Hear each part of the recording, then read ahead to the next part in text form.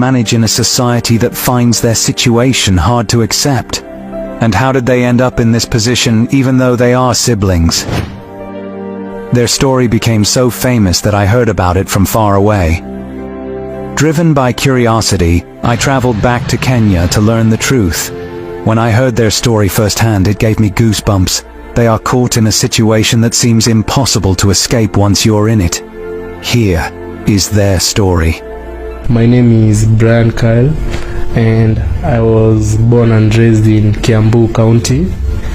And when I was growing up, my father left us to go. I don't know where he went, and I was raised all by myself by my mom. My mom took care of me.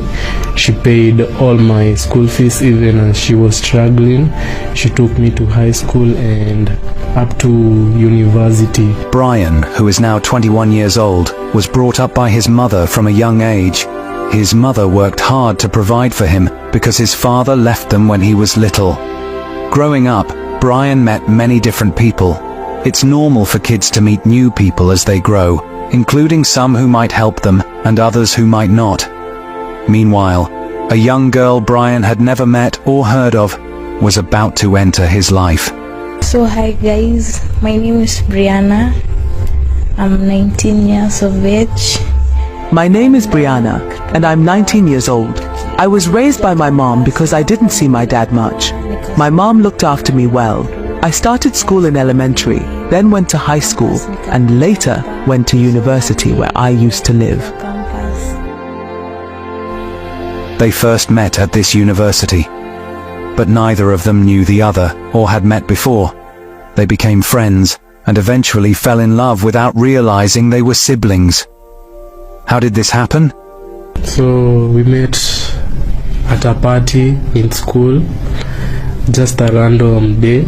The school had organized a party. That's where we met through a friend. We met through a friend who said, like, you and a friend I know, you have some similarities. So she organized that we meet that day, and she was fun, she was cool that day. And that's how we started, like, talking to each other. Then the next time we met, we went out, we started knowing each other. A few months passed by. We started as girlfriend and boyfriend, then we advanced and we also moved in together. So we met through a friend, and this friend alisema like kuna another boy mwenye akona something. I met him through a friend who mentioned that there was a guy she knew who had a similar personality to mine, and I was curious to meet him. At various school events, I asked my friend to introduce us. When we met, we clicked right away and really enjoyed each other's company. We didn't know we were related at first. We quickly became best friends and then fell in love. I felt so strongly about him that it seemed like nothing could stop my feelings. They met as students and fell in love, which is a normal and natural thing to happen. Over time, their love grew, and they began spending more time together, sharing everything like people in love do. But one day, something unexpected happened that changed everything. One day, we were on the bed, just relaxing after a long day in school. Then she showed me a picture of her dad, and I was so shocked because the same father that she was showing me is also my father. And I was so nervous because we had already committed incest, and I was so worried about what so many people were going to think, all my relatives, and what my mom was going to think about that. Siku moja tu, like, nikiwa na scroll simu yangu, akaona picha ya babangu, kumbe babangu pia ni babake. While looking at photos on my phone, I showed him a picture of my dad. He looked scared and then told me that the man in the photo was also his dad. This meant we had the same father. It was shocking and upsetting, and I didn't know what to do. Imagine dating someone and then finding out he is your brother. I loved him so much that my feelings didn't change. especially since he was already my husband and I was pregnant with his child. My mom was there for me all my life, so she was very understanding, and she had agreed to support us, and she even talked to us even when I was in my depression state. She came and talked to me, and she made me feel so safe, and my girlfriend also was there, and she also convinced me that if we loved each other, why not continue with this relationship. His mother coming back to him was the right thing to do because, as a mother, she knew that his son wasn't to blame for what happened. However, the girl's family and society didn't see it that way. They didn't understand that she wasn't at fault. This is where they started to stand up for themselves in what feels like a battle against these societal views. My mom aliniachilia, mama hadi hataki kubother kunifanyia anything. When my mother found out, she stopped helping me. She used to provide all my meals, but now she doesn't care about my life anymore. People think we did something terrible, but we didn't choose this. My father also didn't care about the situation. I felt very sad, but there was nothing we could do because we only discovered the truth when it was too late. Brianna told the father that she has met his brother.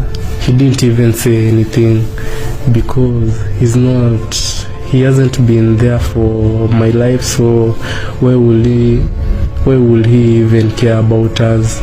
And he has never come back to even see how I was faring, to even give me advice, even now that I also am going to be a parent, and I'm really scared because I don't know what to do.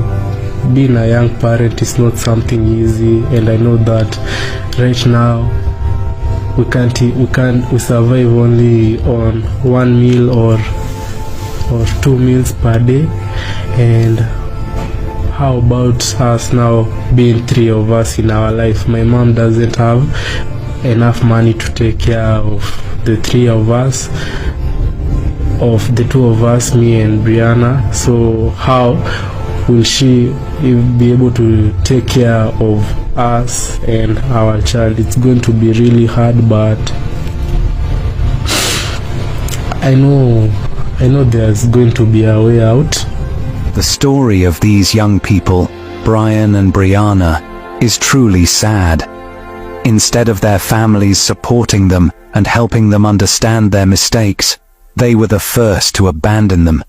If you notice, even their names are similar, hinting that they share the same parents.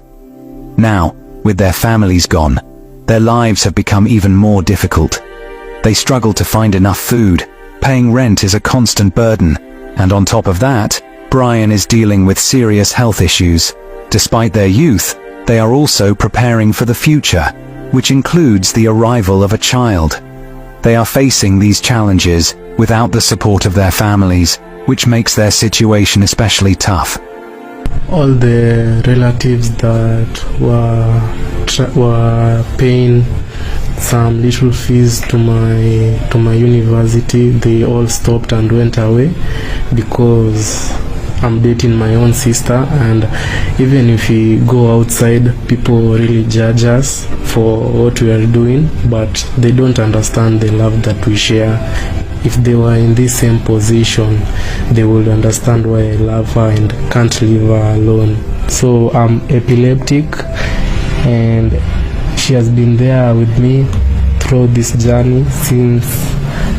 Every time I have an episode, I converse and break my arms. She's the one to always take me to the hospital at night at 3 a.m.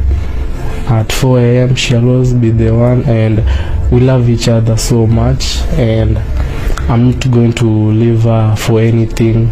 At least tuweze hadi kulia mtoi wetu mwenye anakuja. Everyone abandoned us, but we chose to keep the baby because we didn't want to have an abortion. It's not our fault. It's our parents.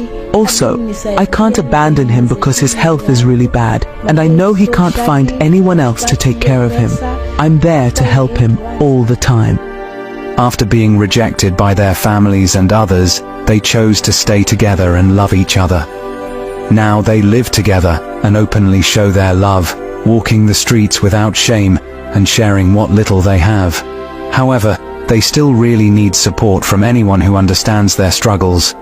They believe there are still people out there who will listen to them instead of judging them.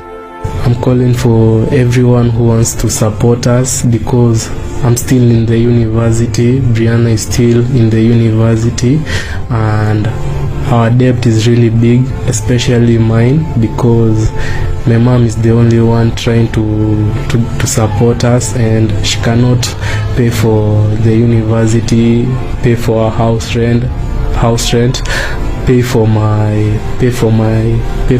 hospital bills, because I'm epileptic and I need to go to the hospital every month to go and have some checkup, but I can't do that because she has no money. So I will really appreciate it, because as a man I really have to start thinking on how I am going to support my own family, and I can't do that with all these debts, school fees debts, of which I will not be able to graduate and find any job. So I call upon you who's watching this video to assist us in any way you can. On the other hand, hatuna pesa ya kulipia my husband's school fees. We are now living with a lot of debt. We are students and can't work because of our studies. My husband also needs a lot of money for medical treatment and to solve our other problems.